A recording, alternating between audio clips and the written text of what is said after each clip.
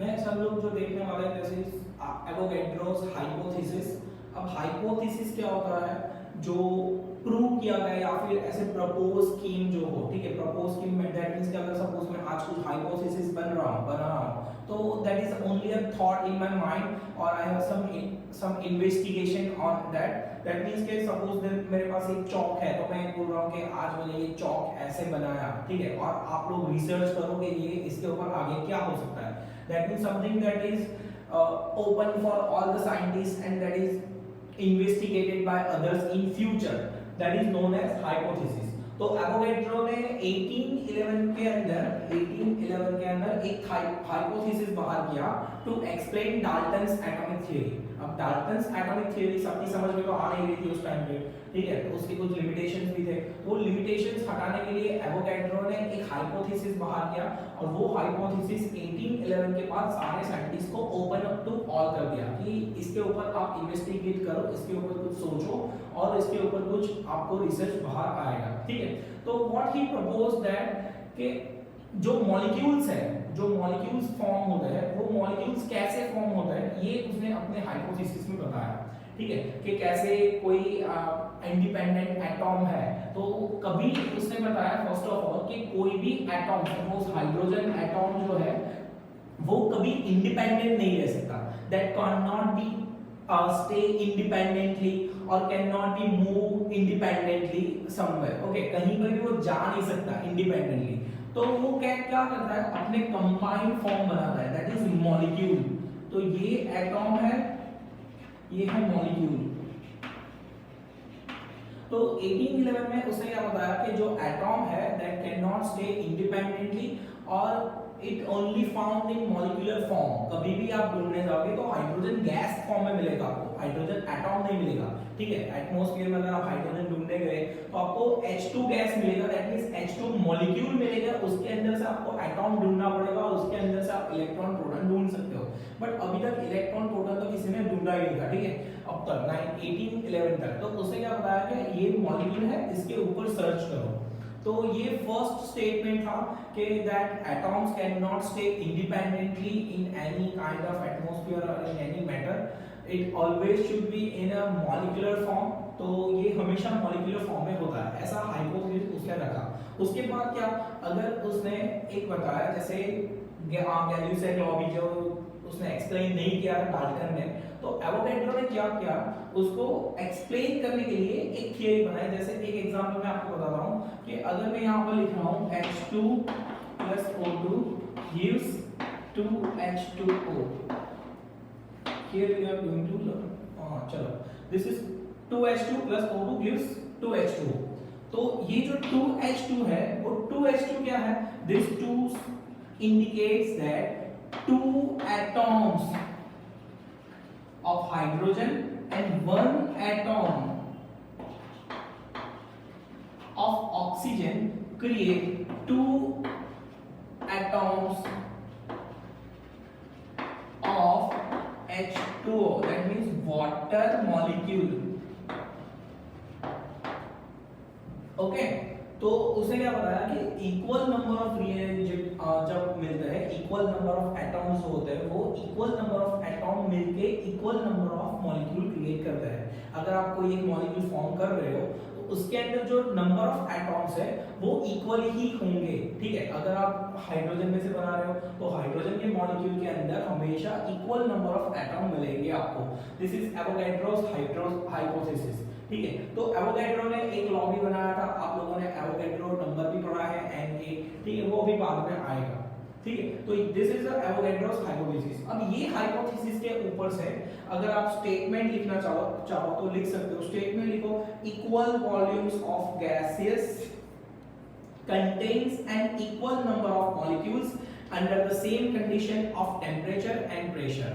equal number of gases contains equal number of molecules under the same temperature and gas pressure। तो क्यों same temperature and pressure लिया है हमने, क्योंकि आप लोगों को पता है जो गैस होता है जो रिएक्टिव होता है, more reactive on temperature and pressure, उसके जो स्टेट्स चेंज होते हैं वो चेंज स्टेट्स भी किसमें होता है, टेम्परेचर एंड प्रेशर के थ्रू ही चेंज हो सकता है, ठीक है। तो टेम्परेचर प्रेशर हमेशा आपको कंडीशनली लेना पड़ेगा सिमिलर क्योंकि जब भी आप टेम्परेचर एंड प्रेशर लगाओगे और गैस की बात करोगे तो हमेशा याद रखना कि ये दो प्रॉपर्टीज आपको ध्यान में रख के करना है, ठीक है। तो उसके बाद अगर एक और कॉन्सेप्ट बाहर आता है दैट इज रिलेटिव मास। अब ये जो मास का थियरी है वो एवोगैड्रो ने नहीं दिया, ठीक है, बट एवोगैड्रो के कंक्लूजन के ऊपर से ये भी एक पॉइंट बाहर आया था, what is exactly relative atomic mass.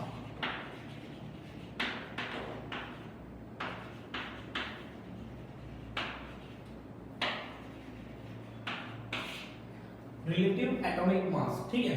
तो रिलेटिव एटॉमिक मास क्या है, तो चलो मैं आपको एग्जांपल देता हूं। पहले के टाइम में जब मेजरिंग यूनिट्स नहीं थे, ठीक है, जो हम बोलते हैं ना वो काटला जैसा, ठीक है, तो वो मेजरिंग यूनिट्स नहीं थे, जैसे 1 केजी 5 केजी आपको पता रहता है उठा के, या फिर उसके ऊपर भी लिखा होता है हमारे पास मेजरिंग वेइंग मशीन भी होता है, उसके ऊपर रख दिया, उसके ऊपर आपको मीटरिंग मेजरिंग मिल गया कि 5 केजी है 1 केजी है। बट पहले के जमाने में ये सब नहीं था, ठीक है।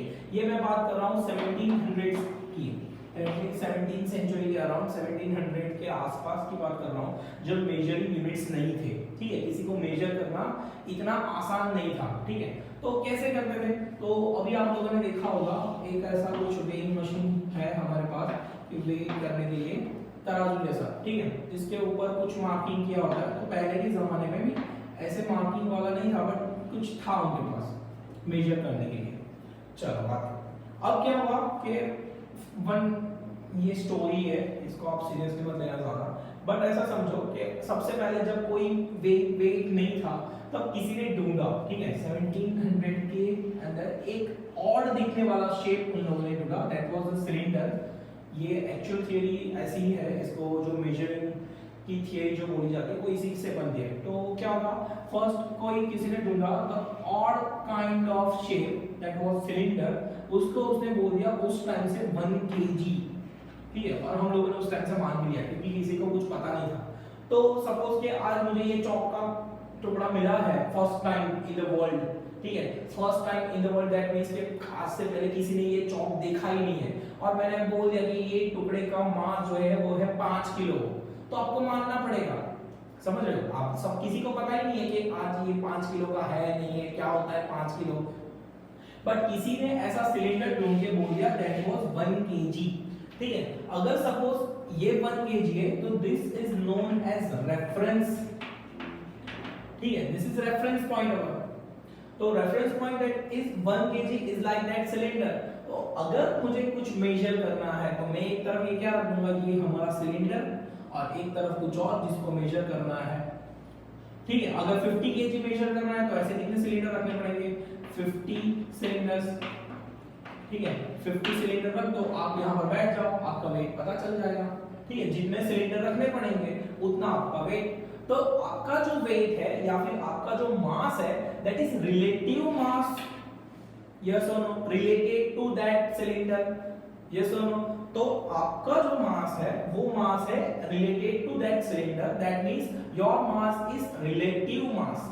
तो एटॉम्स के अंदर भी सेम थियरी है, रिलेटिव एटॉमिक मास का मतलब क्या है, किसी एक को रेफरेंस मानना पड़ेगा, after that we can find the relative atomic mass. अब पहले तो क्यों फाइंड करना है ये आपको पता होना चाहिए, रिलेटिव एटॉमिक मास क्यों।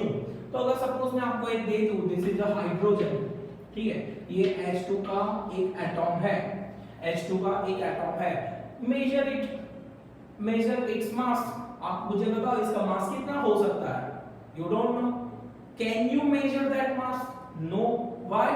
तो हमारे पास जो वेइंग मशीन है वो ज्यादा से ज्यादा किस में मेजर करेगी, ग्राम के अंदर, मिलीग्राम के अंदर, माइक्रोग्राम के अंदर, यस और नो, ओके। तो ये जो माइक्रोग्राम के अंदर ये जो मास है जो हमने मेजर किया है वो मेजरेबल मास हाइड्रोजन का नहीं हो सकता, because this is atom, you can not see it actually. आप जिसको देख ही नहीं सकते हो उसको मेजर कैसे कर सकते हो, यस और नो। तो that is impossible to measure accurate mass of any atom, that is impossible to measure accurate mass of any atom. तो आपका जब भी कोई पूछेगा what is the mass of hydrogen, जब what is the mass of nitrogen, तब आप confusion में आ जाओगे। क्यों कंफ्यूजन में आ जाओगे कि that means you can not measure exact mass of that atom. तो आप क्या मेजर कर सकते हो, relative atomic mass. You can only measure relative atomic mass theoretically. मैंने आपको बता दिया हाइड्रोजन का मास 1 है तो 1 है, क्यों? क्योंकि थियोरेटिकली प्रूव्ड है, थियोरेटिकली प्रूव्ड है तो आपको मेजर नहीं करने जाना है। जब भी कोई आपको बोले कि जाओ 1 ग्राम हाइड्रोजन लेके आओ तो 1 ग्राम आप मेजर कर सकते हो। एक एटॉम का मास 1 है ऐसा मैंने बोल दिया है आपको, समझ लो कि एक हाइड्रोजन एटॉम लेके आओ तो आप एक एटॉम लेके आ सकते हो, क्यों? क्योंकि आपको मास पता है, क्योंकि थियोरेटिकली आपको पता है। तो this is the relative atomic mass theory. तो उसके अंदर जैसे वो सिलेंडर था वैसे एटॉम में कौन है? तो एटॉम के अंदर एक एलिमेंट है जिसको माना गया exactly 12, the substance of carbon और isotopes of carbon, carbon 12। Okay, उसको ऐसे भी लिख सकते हो कार्बन 12, या फिर यहाँ पर भी लिखा हुआ दिखेगा 6 कार्बन 12 से, this is atomic number of carbon and this is the atomic mass of carbon. Okay, तो कार्बन 12 जो आइसोटोप है उसको माना गया रेफरेंस। अब ये जो रेफरेंस है वो क्यों है? क्योंकि इसका मास था एग्जैक्टली 12, इसका मास माना गया एग्जैक्टली 12। ठीक है, ये भी एक माना गया है, ऐसा नहीं समझ लो कि किसी ने मेजर किया है, दिस इज नॉट मेजर्ड। ठीक है, पहले से मेजर किया नहीं है ये किसी ने। तो कार्बन 12 का मास 12 है तो इसको हमने मान लिया रेफरेंस। अब कोई भी एटॉम का अगर आपको मास ढूंढना है तो वो कितना होगा? With reference to carbon 12, yes और no? That means related to carbon 12। तो hydrogen is the lightest element, you can note this, hydrogen is the lightest और hydrogen is measured lightest related to this carbon atom. सबसे कम वाला कौन था? Hydrogen था related to this carbon atom. सबसे ज्यादा वाला वो अभी आज तक नहीं पता है, अभी तक तो है कुछ, समझ रहे हो? मेटल के अंदर हो सकता है, ऐसा नहीं है, सब हर रोज नए नए मास ढूंढे जाते हैं। तो सीजियम है हेवीएस्ट मेटल के अंदर, तो सीजियम के अंदर से रिलेटेड मास है ये कार्बन 12 का, समझ रहे हो? तो आपको किसी का मास ढूंढना हो तो क्या करोगे? Suppose you have to measure what is the mass of dioxygen और ओनली से atom oxygen, oxygen atom that is equals to कितना? तो रिलेटेड टू कार्बन 12। अब रिलेटेड टू डायरेक्ट कार्बन 12 तो नहीं लिख सकते, हम लोग क्या करते हैं? We are doing with the fraction of 1/12। तो यहां पर लिख देंगे एक्चुअल मास जो हमने मेजर किया हुआ है of oxygen atom, mass of oxygen atom related to 1/12 of carbon 12 atom। तो ये फ्रैक्शन याद रखना हमेशा, ठीक है? आपको वैसे ये सब याद रखने की जरूरत नहीं है, but this is actual theory behind the relative atomic मास और ये इंपॉर्टेंट है। अगर आप बेसिक कॉन्सेप्ट पढ़ रहे हो तो this is the important topic for standard 11। Okay, इसके अंदर से सवाल बनेंगे, मैं आपको वो भी बताऊंगा कैसे बनते हैं, जेडब्ल्यू के अंदर भी किस तरीके के क्वेश्चंस होते हैं। ठीक है, इसके बाद वाला जो कॉन्सेप्ट है उसके अंदर से 100% एक क्वेश्चन आएगा जेडब्ल्यू नीट की एग्जाम के अंदर, ठीक है? और बोर्ड एग्जामिनेशन में तो ये है।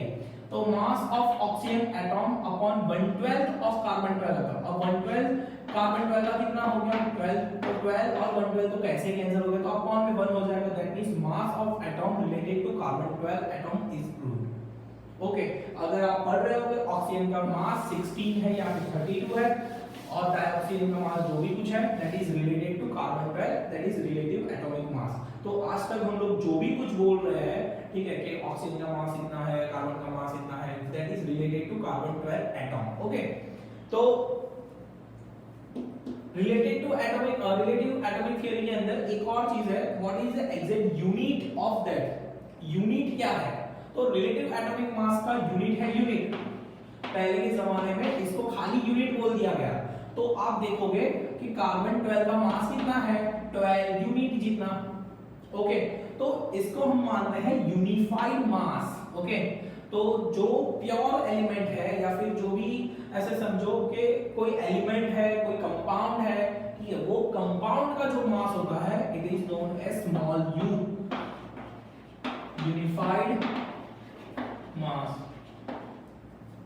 Okay, this is unified mass. Previously it was known as atomic mass unit, AMU। Okay, मैंने बोला था उसको खाली बोल दिया unit, 12 unit, that means atomic mass unit. ठीक है, अब ये यूनिट कितना है 112 इनटू कार्बन 12, ठीक है 112 इनटू कार्बन 12, मास ऑफ ये जो होगा that is AMU, atomic mass unit. That means suppose आपको हाइड्रोजन का मास कैलकुलेट करना है, हाइड्रोजन का मास कैलकुलेट करना है, तो हाइड्रोजन का अगर आप मेजर कर रहे हो 1, तो आप यहां पर लिखेंगे 1 AMU, क्योंकि हाइड्रोजन एटॉम है। अगर आप डाई हाइड्रोजन का मास कैलकुलेट कर रहे हो, डाई हाइड्रोजन गैस का, तो ये आप लिखोगे 2U, यूनिफाइड मास। तो एटॉम के लिए याद रखना, एटॉम के लिए यूनिट क्या होगा AMU, एंड मॉलिक्यूल के लिए मास क्या होगा U only, that is unified mass. Compounds, molecules, more than one element जिसके अंदर प्रेजेंट हो, वो सब के लिए हम लोग यूनिट यूज करेंगे unified mass U, and single atom के लिए हम लोग यूज करेंगे AMU। क्लियर है? Yes or no? This is all about relative atomic mass, how we can find, how we can measure the atomic mass of any element। ठीक है, उसके लिए आपको एटॉमिक मास दिए जाएंगे। ठीक है, एटॉमिक मास आपको याद करना है, कितने एटॉमिक मास है, या फिर हाइड्रोजन का मास कितना है, ऑक्सीजन का मास कितना है, नाइट्रोजन का मास कितना है, ये सब आपको बुक में दिया गया है। ठीक है, तो थोड़े सब्सटेंसेस आप याद कर लो इन पर्पस ऑफ ये जो शॉर्ट टाइप एमसीक्यू है उसको फटाक से आंसर करना है, तो ये सब आपको याद करना पड़ेगा। ठीक है, और क्वेश्चन के अंदर ऑलमोस्ट दिया रहता है हमेशा कि ये इसका जो जरूरत है वो सब एटॉम्स हमेशा बोल देता है। तो this was about relative atomic mass theory।